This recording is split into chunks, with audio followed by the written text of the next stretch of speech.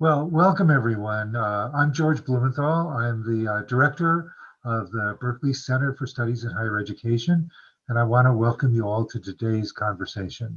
I think I'm looking forward to a very robust and interesting conversation with our special guest, Dr. Lande Ajose, who is the Senior Policy Advisor for Higher Education for Governor Gavin Newsom. Lande is responsible for developing and shaping the governor's higher education policy agenda, which is focused on protecting college affordability, preserving college access, and increasing system efficiency in order to meet the state's need for a skilled and educated workforce. Prior to this current appointment, Lande served as executive director for California Competes, a nonpartisan nonprofit project to equitably boost California's post-secondary degree attainment. Her experience in higher education includes college admissions at Vassar, education and workforce development funding at the James Irvine Foundation, and work on Achieving the Dream initiative. She's an ardent advocate for college affordability, and in 2014, she was appointed to the California Student Aid Commission by Governor Jerry Brown and served as chair of that commission for 2 years. She served on boards of the Institute of College Access and Success, the Institute of Higher Education Policy, until her appointment to the governor's office, she was a WASC Senior College and University Commissioner. She currently serves on the advisory committee of the Higher Education Policy Center at the Public Policy Institute of California and on the Board of Trustees of Occidental College. Lande is a graduate of Occidental, and she earned her master's degree from the School of Public Affairs at UCLA and holds a PhD from Massachusetts Institute of Technology. Just over a year ago, Governor Newsom appointed Lande to the newly created Council on Post-Secondary Education. And 2 months ago, she was appointed to chair the California Higher Education Recovery and Equity Task Force. So welcome, Lande. We're so delighted that you're with us. Thank you so much, George, for the warm introduction, and thank you to everyone who is tuning in. I'm really excited to be here with you, and I wanted to make sure to have an opportunity to share a few slides as we get into the conversation, and I really do hope that this will be a conversation that all of you will contribute to. I look forward to hearing some of your questions about what is happening within higher education. Great. So before you begin your slides, let me just say to the audience out there on YouTube, if you have questions you'd like to submit, please submit them through the chat function on YouTube, and we'll try to get to some of your questions at the end of Lande's presentation. So with that, Lande, take it away. Thank you. So I wanted to start by saying, in normal circumstances, I would have been with you at Cal, which is just a few miles from my home, speaking to you all in person, and maybe not having the opportunity to speak to many of you who are tuning in from further away. Unfortunately, we all know why this is not the case, but I thought I'd start by just reminding you how quickly all of our worlds changed and were shifted this year. How rapidly we went from living a normal life, or what seemed to be a normal life, to sheltering in place and wearing masks and washing our hands and not having close contact with those that we love the most. In January, it was business as usual. By Jan 10, the governor had introduced his second budget, and that budget was estimated at $222 billion. It included over a $5 billion reserve. We were feeling really good about that. We had approximately $18 billion allocated, proposed allocation to higher education. And then it seemed very quickly thereafter, just a couple of weeks thereafter, we had our very first confirmed case of COVID in California. By March 4th, Governor Newsom had declared a state of emergency, and it took only 2 weeks before we had an order for a shelter in place. We've been dealing with all of this ever since. And today, as you know, we're living 24/7 in a pandemic. Our cumulative statistics are grim, with over 15,000 Californians having passed away as a result of COVID-19 and over 780,000 cases of COVID-19 in the state. This, of course, has completely shifted and transformed the higher education agenda in California. Before the pandemic, we were proposing a $1 billion investment in UC, CSUs, and community colleges. And the legislature and key stakeholders around the state were having really important and detailed conversations about what financial aid reform could look like for California. We also had a ballot initiative, unfortunately named Proposition 13, that would have invested billions and billions of dollars into education, higher education facilities, and education facilities more broadly. Then we went into crisis mode. Around our state and our higher education institutions faced mounting pandemic-related expenses. For example, at the UC alone, it lost nearly $2 billion between expenditures related to COVID-19 and revenue declines, and that was just between March and July. More and more students began experiencing food and housing insecurity, and the burdens around that insecurity were most difficult to bear for our low-income students and our underrepresented students of color. While UC did receive some $760 million in federal CARES Act funding, these funds weren't nearly enough to cover the comprehensive needs of both our campuses as well as our students. All of this required during the month of March an enormous pivot in higher education, and I could not have been more proud of how our higher education institutions handled the immediacy of the crisis. One of our greatest and most immediate challenges was addressing the digital divide. A recent report from the Education Trust West estimates that over 100,000 students still lack adequate internet access and devices. Clearly, students have no way to engage in distance learning if they don't have the technology to log into their classes in the first place. This is a grave challenge for equity in higher education.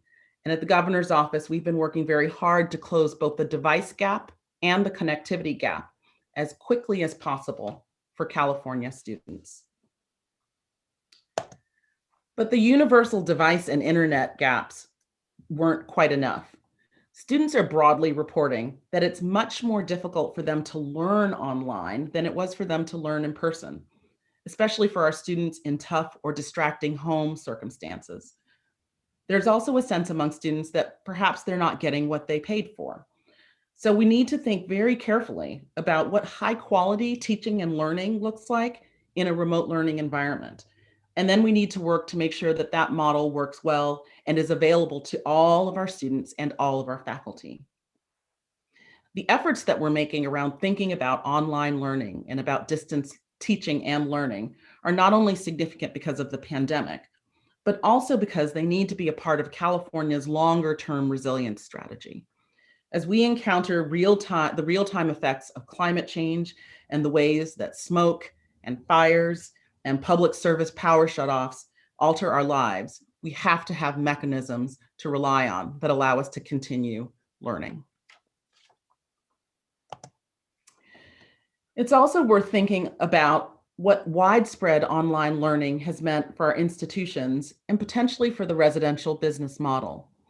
Many colleges, Cal included, rely on revenue from auxiliary services, such as on-campus housing and dining.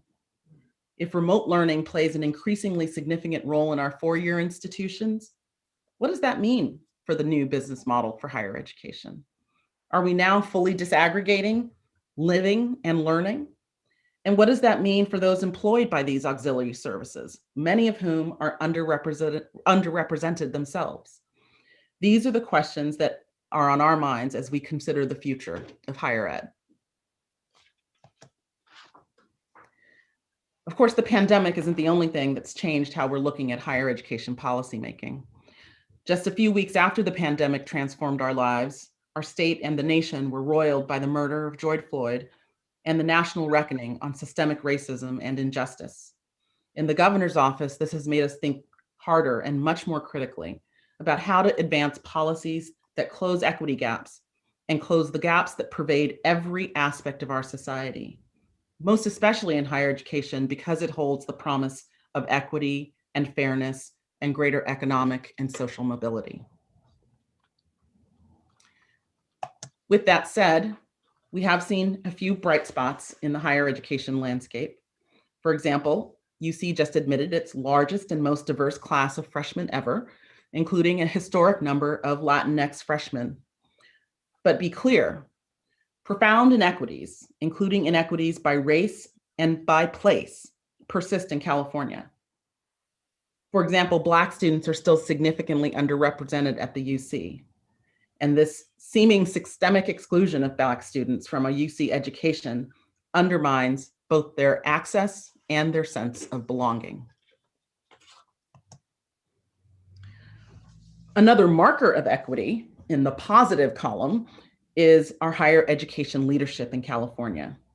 We were absolutely delighted by the selection of President Drake to lead the University of California, and we are also thrilled by the selection of Dr. Joe Castro to lead the California State University system. 2021 will be the first time in California history that all three of our public higher education segments are led by people of color. That diversity also includes thinking about the role of our governing boards and how they help to set the current and future agendas for our institutions. I was delighted that I recently had the opportunity to participate in a panel hosted by the Campaign for College Opportunity focused on women in higher education leadership. It was both inspiring and motivating to see how these women, almost all of them, not almost, all of them women of color, were leveraging their personal experiences and narratives to make higher education better. We need more of this diversity among our governing boards, among our faculty, and among the administrations across this state. This trio of challenges, COVID-19, the economic downturn, the national racial reckoning over systemic racism and inequality, they've all disrupted higher education as we know it. And so the question becomes, how will we respond? What can we do? There's no doubt that the near future will be challenging for California. However, we do have an opportunity to rebuild California's higher education system to be more equitable, to be far more accessible, far more affordable, more sustainable, and more resilient than it ever has been before. We know that this is a tall order, but as the governor likes to say, this is the time for us to meet the moment. And so before I turn things back to George for any of his questions and any of yours, I'd like to put forward a few things that we have been doing to address these challenges thus far. First, in August, we convened the Recovery with Equity Task Force. This task force brought together thought leaders in higher education, both here in California as well as nationally, to envision how we can establish a much more equitable future for our students. As we say in the governor's office, one should never waste a good crisis. And so we have a moment in we have an opportunity in this moment to redefine what equity looks like. There's nothing predetermined about how we thought about equity in January of 2020, and we don't have to go back to that definition of equity, which we know still have held inequities. We are looking forward to the task force final blueprint for all of the segments, including our private institutions, that will be produced in December to help chart a path forward. We're also continuing to bring together the leaders from the UC, the CSU, the community colleges, our independent institutions, and business and industry and K-12 through the Governor's Council on Post-Secondary Education. Over the next several months, we'll be reviewing the blueprint for the Recovery with Equity Task Force, as well as thinking through our own solutions that we can recommend to the governor for implementation, and to think about what we can collectively do to improve equity within the state. Finally, we're beginning to plan for the governor's vision for what the state will look like in the next fiscal year. And as we think about the Jan 10 budget, we know that budgets are an articulation of our priorities. While this year we won't have the resources to invest in ways that fully reflect all of our aspirations for the state, we're thinking very carefully about where adjustments will be made, who will be impacted, and how we mitigate the impacts over our most vulnerable Californians. I don't have any specific initiatives that I can share with you just yet, as this is all still in development. But top of mind for us in the governor's office is that our recovery from COVID-19 and from the pandemic uplifts all Californians. What we know is that none of us have ever seen a global pandemic before, and we need to think very differently about what the problems are and what the solutions are that face higher education. None of the key issues that are on our minds now were the same as the priorities that were on our minds 10 months ago. Different problems require different solutions. And I look forward to being in conversation with all of you about what some of those solutions might be. Back to you, George. Great. Well, thank you so much, Lande. That was great. And I know there's going to be a lot of questions, and I certainly have a bunch of questions for our conversation. Let me start by referring to actually what's still up there on your slide, namely thinking about an equitable, accessible, and resilient future for higher education. One word that's absent there is quality. And one big issue that people have talked about is the fact that now that our higher education system is finally becoming more diverse, as you've recognized in your comments earlier, this more diverse, whether or not this more diverse higher education system actually deserves the same level of quality that previous generations have benefited from in California. So it's really the level of commitment that you see in the governor's office toward continued quality in all three segments of public higher education. Do you have any comments on that?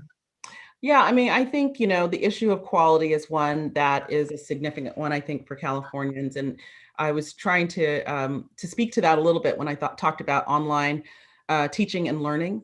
I think that there are some benefits to online teaching and learning and how we think about quality, but I think this is a moment for us to be reimagining what quality looks like and taking a much more nuanced approach to thinking about how we do educational delivery. There may be ways that we have learned that actually online is preferable. I've heard students say, I actually like having my lectures online because usually I can see the lecture, it's recorded, I can go back, I can take notes, I can really figure out what I understand and what I don't and where my questions are. But we also know that being online has a different feeling from being face-to-face. I certainly know that watching my 3 kids upstairs on their Zoom calls. And the sense of connectedness, the sense of making meaning of the material in ways that perhaps has an impact and a relationship to one's own life, that can be a little harder to translate through a digital medium. And so I think that some of the quality conversation is about understanding what kinds of modalities fit different types of learning and different types of material, and making sure that we are then thinking about much more carefully about how we fit some of those modalities to different types of material. Obviously, there are things that you can't do in this format. You can't do a lab, right, through a Zoom call. And so, even our guidance for higher education has made provisions for students to be able to do their lab work on campus, for students who are in studio arts who need access to materials or large canvases or, to be able to do those kinds of things, because that's a part of the work. But I think that, the shift towards quality needs to be examined both in the online setting, but also we had some of those questions about quality before we ever had a pandemic. And so I think we need to continue to pursue what quality looks like. I've been having some conversations with our accrediting commission about how they actually support and encourage quality and are doing that in a way that helps us understand that from the perspective of the student. I've long been an advocate of student portfolios because I think that, we tend to get focused on learning outcomes, but learning outcomes are different from actually being able to see a student's work. And I think when we look at student portfolios, then we can translate what looks like some abstract learning outcome and understand what that means in the context of this student's work and that student's work and that student's work, and then have an understanding across all of those students. Are we really getting to the outcome that we're seeing in terms of what students are learning, not just in terms of what we think we're teaching? So I think all of those pieces really are very deeply integrated in how we think about quality. Great, thank you. Let me turn to issues of the budget. I mean, as you alluded to before, budgets are important, And the three segments of public higher education in California have had a difficult past decade, not just the recent COVID crisis, in terms of higher education funding. And the COVID challenge has, of course, added to that immensely. What do you think the prospects for higher education budgets are, not just next year, but over the next few years? Do you see real recovery in the works? That's a good question. I mean, I don't know. I think that the budget projections that we have this year, having a $54 billion shortfall this year was crushing. It was crushing not only in terms of what it meant for families and for Californians, which they definitely bore the brunt of that, but it was crushing for government, for the aspirations, again, as I mentioned, that we have for what we want to do for the state, particularly because no one saw it coming. I think there's a little bit, sometimes when you have recessions, you have a sense that things are coming and you start to see declines, but that's not where we were last year, late last year when we were putting together the budget, or in January when the budget was introduced. So we had to pivot, as many Californians did, very quickly. I think what we tried to do last year, and what I'm hopeful we'll be able to do this year, is think about what are our core priorities and how do we protect students so that they can continue, and how do we do as much in terms of protecting institutions. Last year, what that meant is that while we weren't able to make investments in our higher education institutions, we also didn't make any cuts. And that was significant. And we were also able to protect our financial aid programs, and that was significant. Now we know that the enrollment scenario at different institutions has been a little bit more precarious, but we're trying to do what we can to ensure that there's access, recognizing that we're not able to live into all of the aspirations that we have. So we'll have to see what recovery looks like. But would you like to see growth in state support for public higher education in California? I mean, is that something that you would think would be a priority if funds are available? Oh, I think everyone would like to see growth in state support for public higher education and for financial aid. I think we know that the promise of this state is very much born in the ingenuity of its people and in the talent of Californians and of our workforce and of our students. And so the way to get there is to deeply invest in that. And I think everyone would like to see that.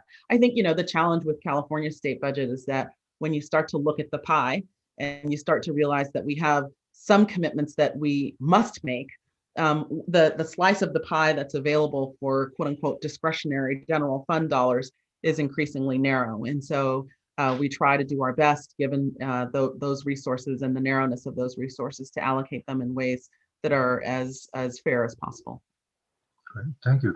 Well, one area that's received very little attention, although you did mention it in your remarks, and I'm glad you did, is the infrastructure for higher education in California. Now, the community colleges have benefited from some bond measures over the years and their ability to float local bond measures.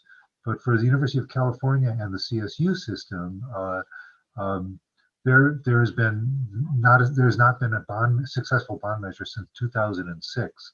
And now, today, at least in those two systems, each has about $5 to $6 billion in needed seismic upgrades that they need for their campuses, as well as an equivalent amount of need for deferred maintenance.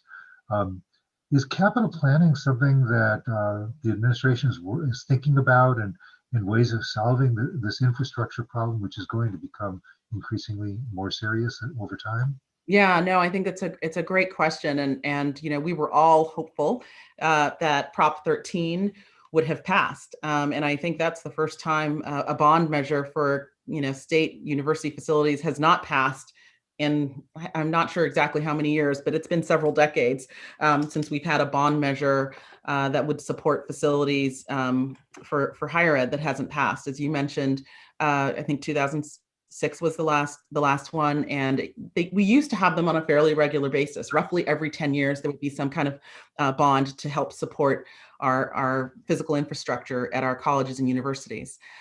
So we have to now go back to the drawing board, because obviously an investment in facilities has to come, at the expense of something else. And so the question is, what is that something else, and what are the priorities in terms of thinking through, where we would take those dollars from? I mean, my guess is that there are certain human service needs that will probably be prioritized before our facilities and maintenance. But I am very aware, in the first year of the administration, I had many a conversation with individuals from campuses across the state about both deferred maintenance and about seismic retrofit. And I had no idea that the problem was as deep as it was. And I am very mindful of that as the Department of Finance. I just don't know in the near term whether or not we will have resources to put to that use. Yeah, thank you. And I might just add that talking about seismic upgrades and deferred maintenance doesn't even include the needed enrollment growth space that the universities have already had a need for. I mean, basically, they haven't gotten that additional space, and yet enrollments have grown dramatically. So it does exacerbate the problem. Let me turn to a slightly different issue, but it's really related. In 1960, the master plan for Higher Education in California actually called for free higher education in California. And I'd say that during the 1960s and the early 70s, this was basically true. Students paid a small fee for some of the services that they got, but the education that they received was basically paid for by the state. But today it's very different.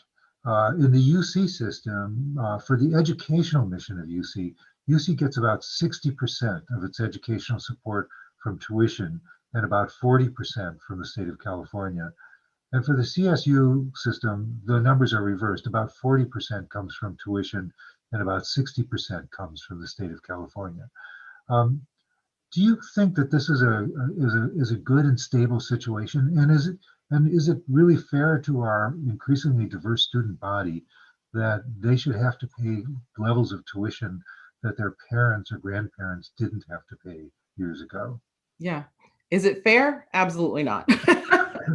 But here's the thing about the master plan. The master plan was created in 1960 when the population of students who went to college was very different from the population who goes now, right? And we started to see significant changes in the demographics of those college students during the 1960s and early 1970s. And when I ask people what they thought that the biggest demographic change was that occurred, people usually say, oh, it was immigration. We had many more people coming from out of the country or from out of the state and using our resources.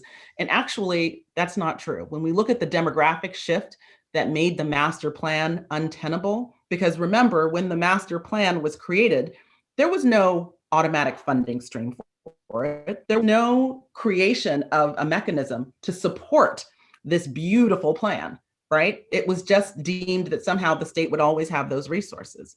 So when we think about what happened in terms of the shift in those demographics, it was actually the number of women who started going to college that shifted the master plan and somehow made it untenable, because we hadn't planned for women to go to college in the vast numbers that they were then going to college. And we now know that we have more women in college than men.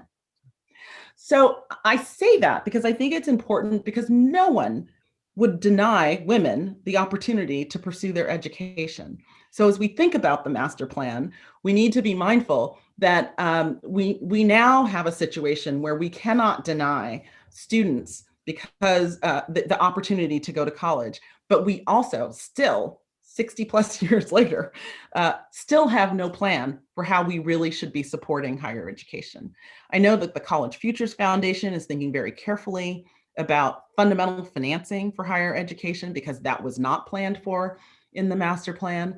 But we do need to think about how do we restructure that whole system.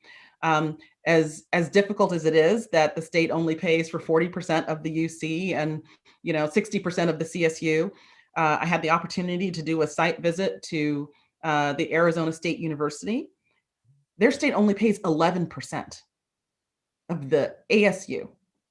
So and has many fewer people than what we have here in California. So our commitment to higher education is still significant. Has it decreased over time in terms of the share per student? Yes. And are we thinking about what that means and how do we continue to invest in higher education in ways that account for financial aid, in ways that account for, student enrollment, in ways that account for facilities and upgrades, in ways that account for new facilities?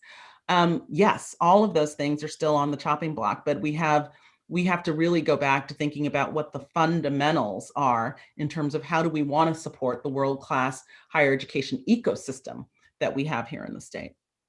Right, and your point is that times change. I mean, the master plan in 1960 also contemplated free parking for faculty. And we know how that worked. So, I mean, it was a vision, but it wasn't necessarily a vision that was, that could be carried through difficult times. Right. But since we've talked a little bit about the cost of education, one big issue that is being discussed nationally, and I think it's a fair issue in higher education circles, is free tuition a good idea? Should there either be a federal or a state commitment toward free tuition at universities or public universities throughout the country? Do you have thoughts on that? Yeah, I have a couple of thoughts on that. I mean, I think, certainly the free tuition question is always a challenge because who doesn't want something for free? So everyone kind of rallies behind free tuition. And there are certainly people who deserve free tuition. I think the question is when you are in an environment where you have plentiful yet limited resources, is free tuition the priority? Or do we need to think about tuition for those with the greatest need?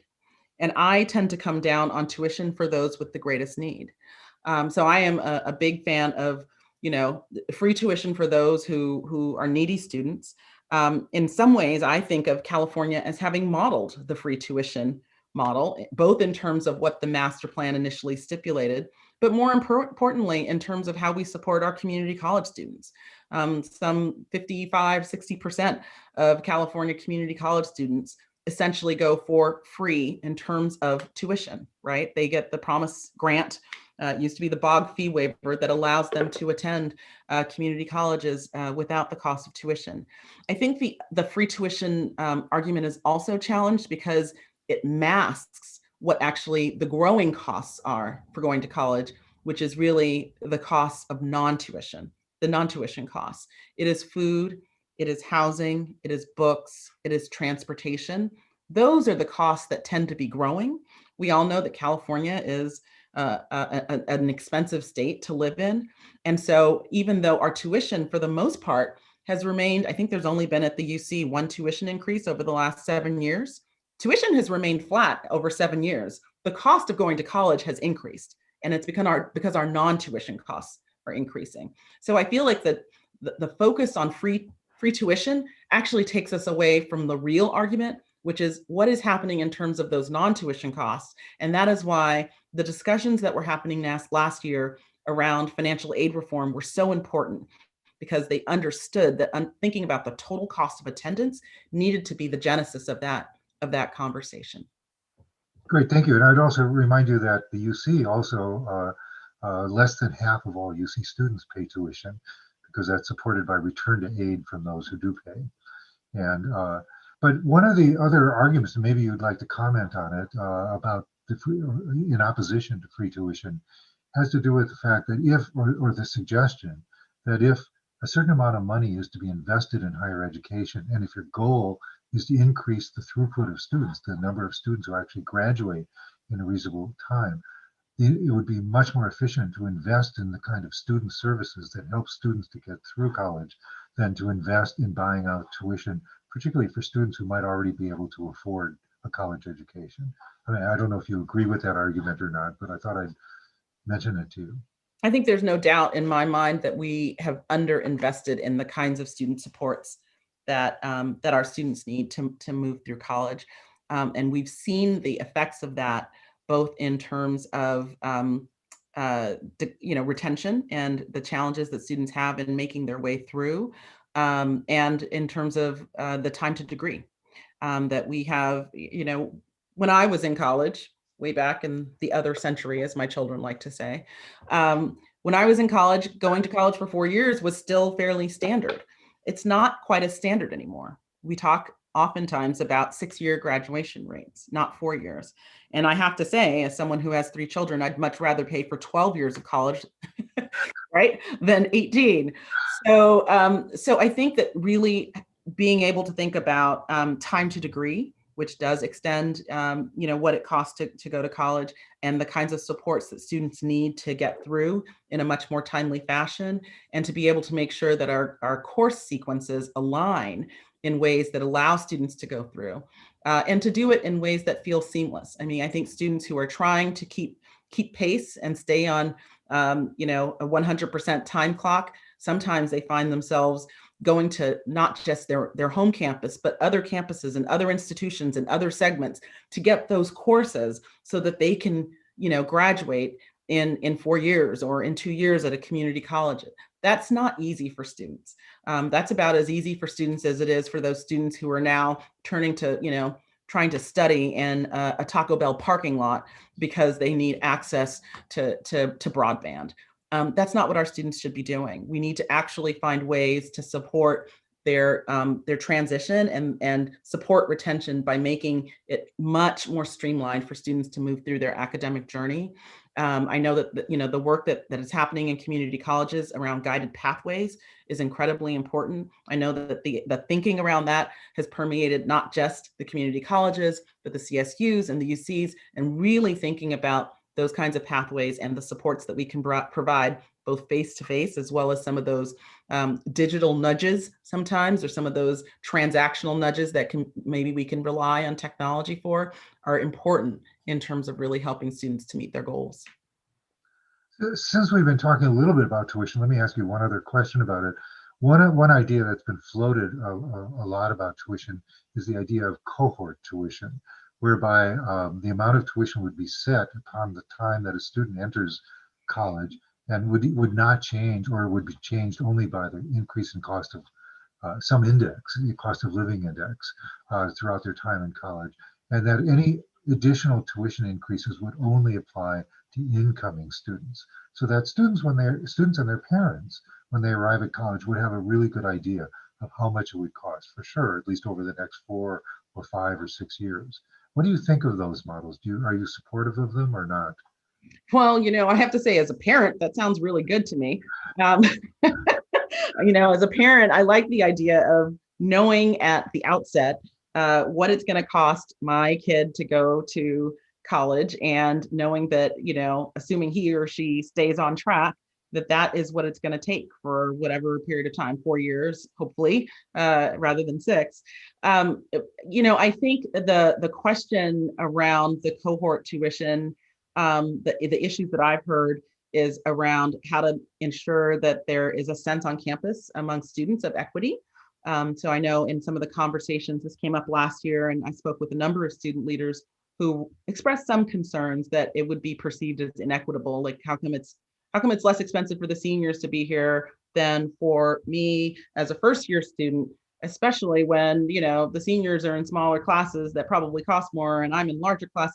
So I think that those are some of the arguments that are put forward. I do know that there was a version, I believe, of cohort-based tuition that President Drake had when he was at the Ohio State University. So I think, he would be probably a really good person to ask about what the effects of that are, and what it would mean in the context of some of our higher education systems. So I think it's still an open question, and I think how the university decides to set its tuition policy, remains to be seen. But I can say, as a parent, the idea of tuition being predictable is very appealing, assuming that all of the other supports are also predictable. So. Great. No, thank you. So I'd like to ask a question that came in from one of our viewers that just came in. Could you say something about the reforms in student aid that were planned before the COVID crisis, and whether they're likely to eventually come to pass? I think it's a great question. The reforms that we that were being considered, and I can't say we because they actually never came to our office, were significant and substantial. I know that there was a lot of discussion about some of the guardrails, I guess, that we have around our financial aid program being eliminated. So we wouldn't have age limits, for example. We wouldn't have GPA requirements, for example. And the idea is that those kinds of reforms could really help to more students be able to attend college, and really could go to quite explicitly to addressing some of the equity barriers that we see in higher education. I think that the initial estimates for what some of the reform package as a whole that was being considered was, gosh, I think it was about $2 billion or over $2 billion. So it was not going to be a small chunk of change. And that would be an ongoing cost. So adding $2 billion to the California state budget is nothing to sneeze at. But I think there's no doubt that the financial aid system that we currently have, which only takes care of our tuition and fees, and has differential rates that depend on really which institution, for the most part, you attend, does not quite seem as fair and equitable as we'd like to see it be. And we really do need to start thinking about what are the ways that we can account for total cost of attendance. I think the governor has been thinking about this, and passed last year, that was in his first year budget, was financial aid that would be an additional $6,000 for student parents.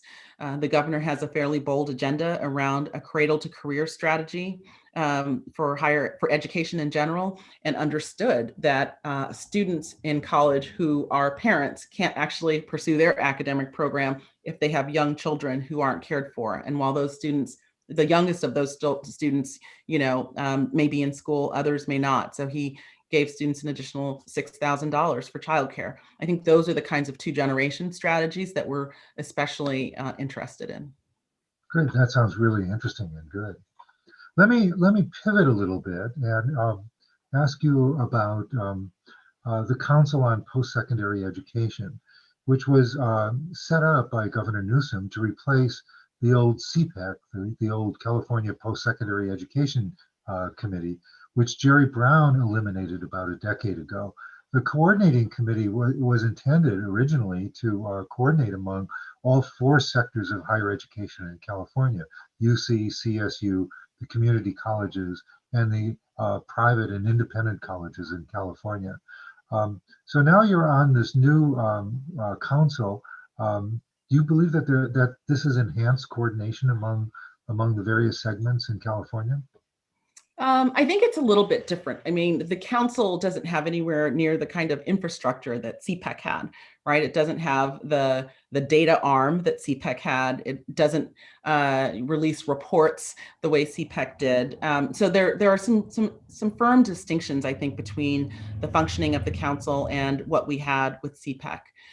With that said, I do think that this council is very interesting in terms of kind of co-creating and really trying to think about how the education leaders are coming together really to craft a set of recommendations for the governor around what he might like to do around higher education, and how they are thinking about themselves as an ecosystem of higher education opportunity. And I say that because in addition to those higher education segment leaders, we also have the superintendent of public instruction, Tony Thurman. We also have the chair of the state board, Linda Darling-Hammond.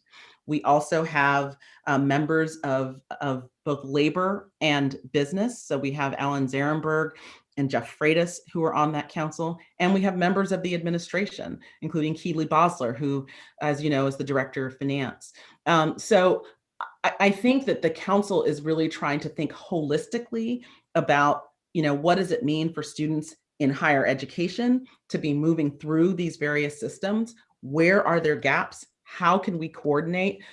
In my initial conversations with President Drake, he told me that he actually started at a community college, and he is enormously eloquent on the promise of community colleges and the promise of transfer to our four-year institutions. And yet we know that that transfer mechanism is not as strong as it once was. And so I think that the council has some opportunities to really both think about how do they shore up some of those initial promises and imagine into the future what new things can be done.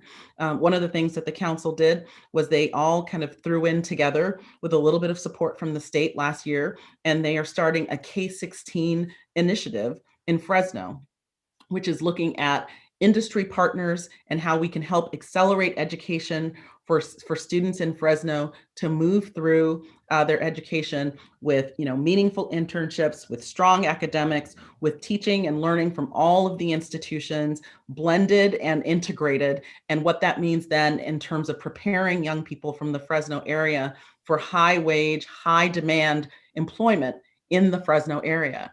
That's a new approach that wouldn't have emerged if we just had CPEC. So we're trying to think about what are the different ways and what's the nimbleness of having these leaders be able to come together. And we meet regularly. We meet every 2 months to come together to really imagine new ways of working together and to be able to spotlight opportunities for the governor to intervene where we need kind of more state support. Great. I mean, it sounds great that this is more of a visionary group trying to think of ways into the future. But I do know that over the last 3 or 4 years, the legislature has passed legislation reestablishing something like CPEC with a staff having more of an infrastructure than the council does. Do you see a need for such legislation for the establishment of a coordinating group with a staff and much more along the lines of the old CPAC? Or do you think that that's more irrelevant today because the council is really doing forward thinking and that's what really is needed at the statewide level? Yeah, I think, Assemblymember Lowe has been incredibly diligent around thinking about what higher education coordination could look like.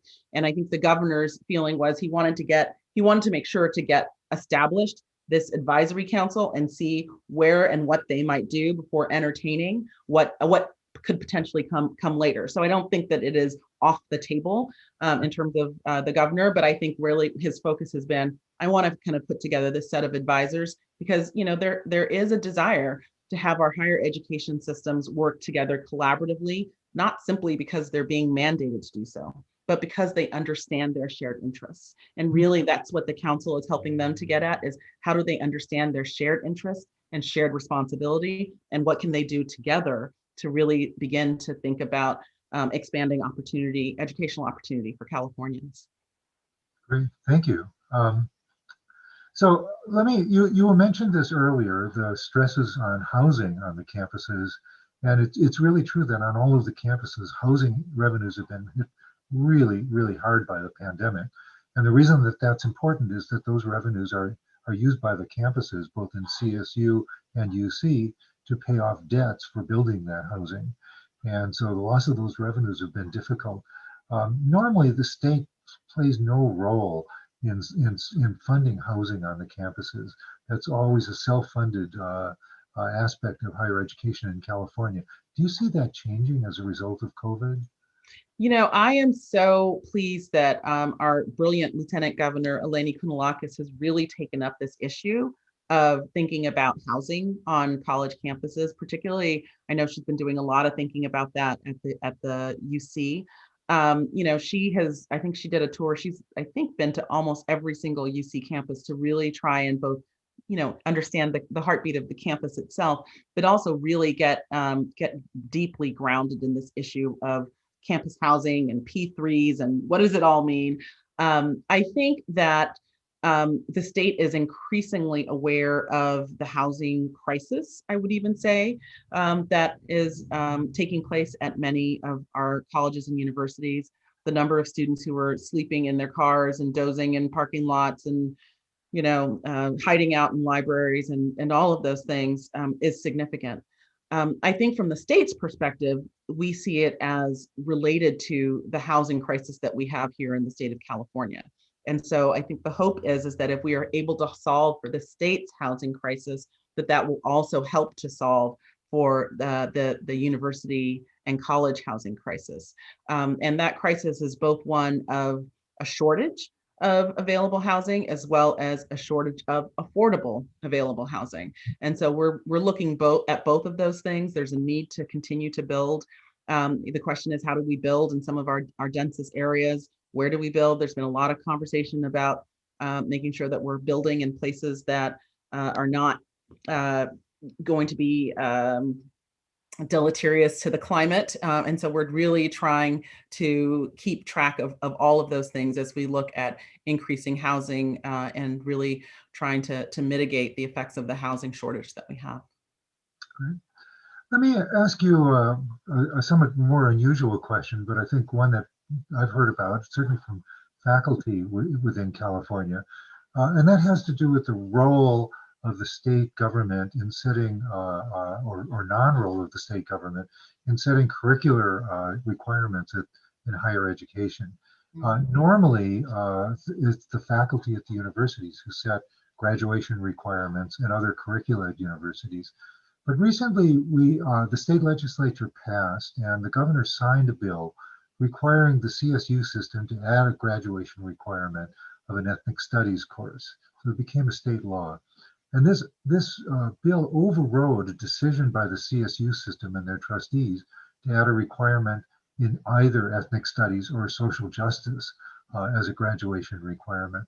And I'm not raising any concerns about which should be the correct answer to that question, but more one of process. Is it appropriate, in your view, for the state of California to be setting graduation requirements at its public universities, or should that be left up to the systems and their faculty themselves? Yeah, I think it's a really good question, and I know it's a question that we debated quite a bit when the governor was considering his signature for AB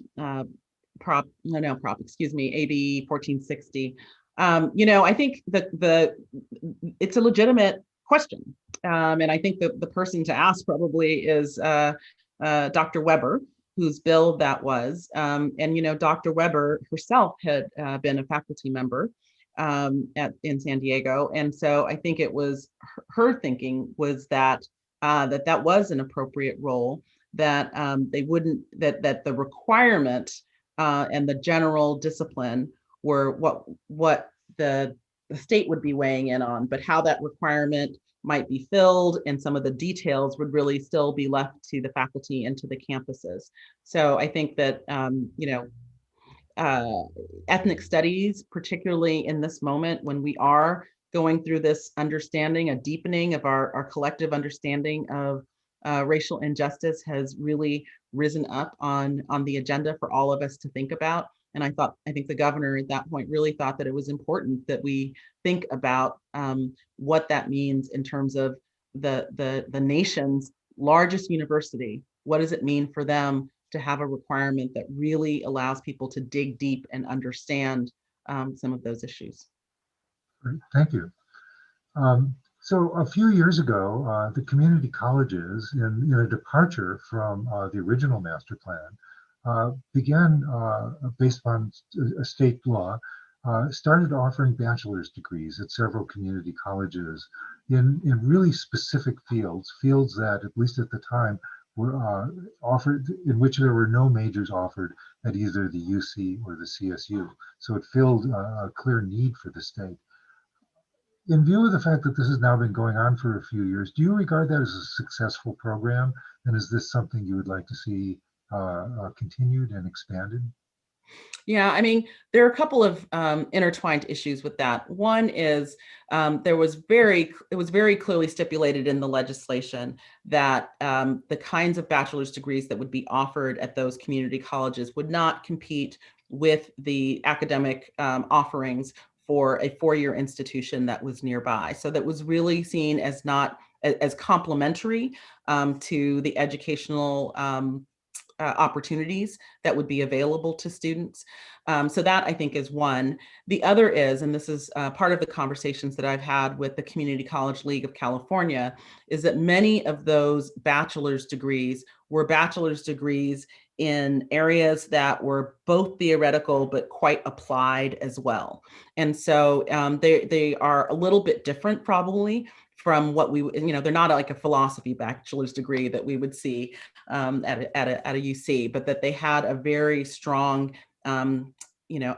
application basis to them as well, so that it set them apart. They were almost technical bachelors in some ways.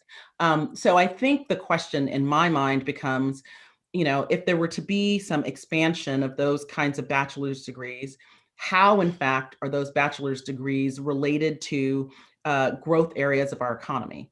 And are we thinking about instituting new degrees or expanding degree access in ways that are related to high wage, high growth industries and high wage occupations, such that we are creating a pathway for people who might not otherwise have access to gain access? That to me seems to be the critical issue. And then, also there is this issue of making sure that it is not subsuming or taking away from what another institution nearby is doing, but it is really additive to the educational offerings of the institutions in that region. Great. Yeah, thank you. Let me turn to a somewhat different issue. As a result of some of the events emanating from the murder of George Floyd and discussions in the national scene of Black Lives Matter, for example, one issue that has come up a lot is the role of police departments. And currently in California, the CSU and the UC have their own campus police departments. And while we haven't seen quite the demonstrations on campuses on police that I might have expected, probably because of COVID and the fact that most students are not now on campus, I expect that when students return to campus, the existence of campus police on campus as an entity, as a part of the structure, will be a major point of contention and discussion and maybe demonstration. Do you have thoughts on that, on whether it's appropriate for university campuses to have their own police departments and what the roles of those police departments should be? Well, I would agree with you wholeheartedly that, if students were on campus this fall in much greater numbers, we would have seen very, very different activity around this. My sense is that there are two schools of thought on this. There is one school of thought, which I believe to be true, which is that, what in fact many of our police departments represent is a codification of systemic racism and injustice. Now, whether or not that happens at any individual institution's campus police department, I am not saying that is the case, but I think what people have looked to when we think about the impact of George Floyd and what we have seen across this nation with Breonna Taylor and the role of police departments is that oftentimes police departments are where racism and power get codified, and that it results systemically in the deaths of Black lives, of the deaths of Black people, Black and brown people. And so there is now, a movement afoot to undo that system.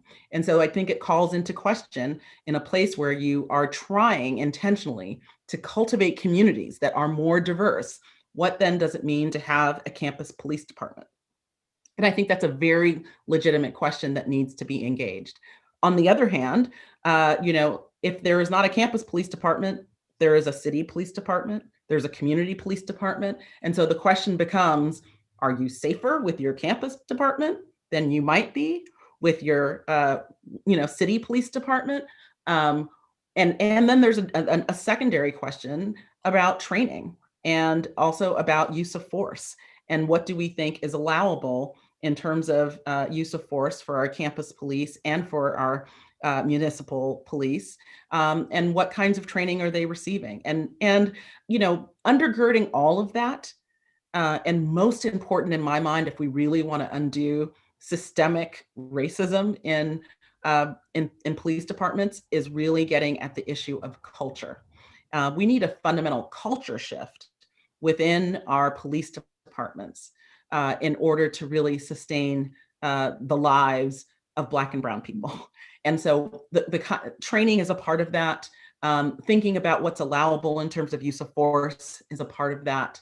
But I think that we need to really think about culture within those police departments.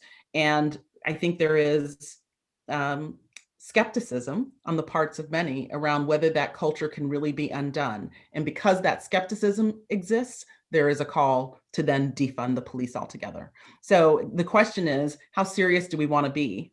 How serious are our leaders around really wanting to shift the culture in those police departments? Great. Thank you, Lande. Well, unfortunately, time has swept by so quickly that our time is up.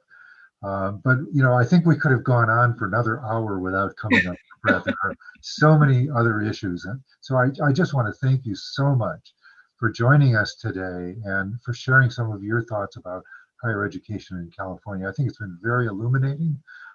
You have brought us light on thinking in Sacramento in the governor's office. And you're clearly a very articulate spokesperson for higher education in California. So again, thank you so much for joining us. And this has been a pleasure. Thank you so much for having me, George. And next time, I hope we can see each other in person. I would love that. I would absolutely.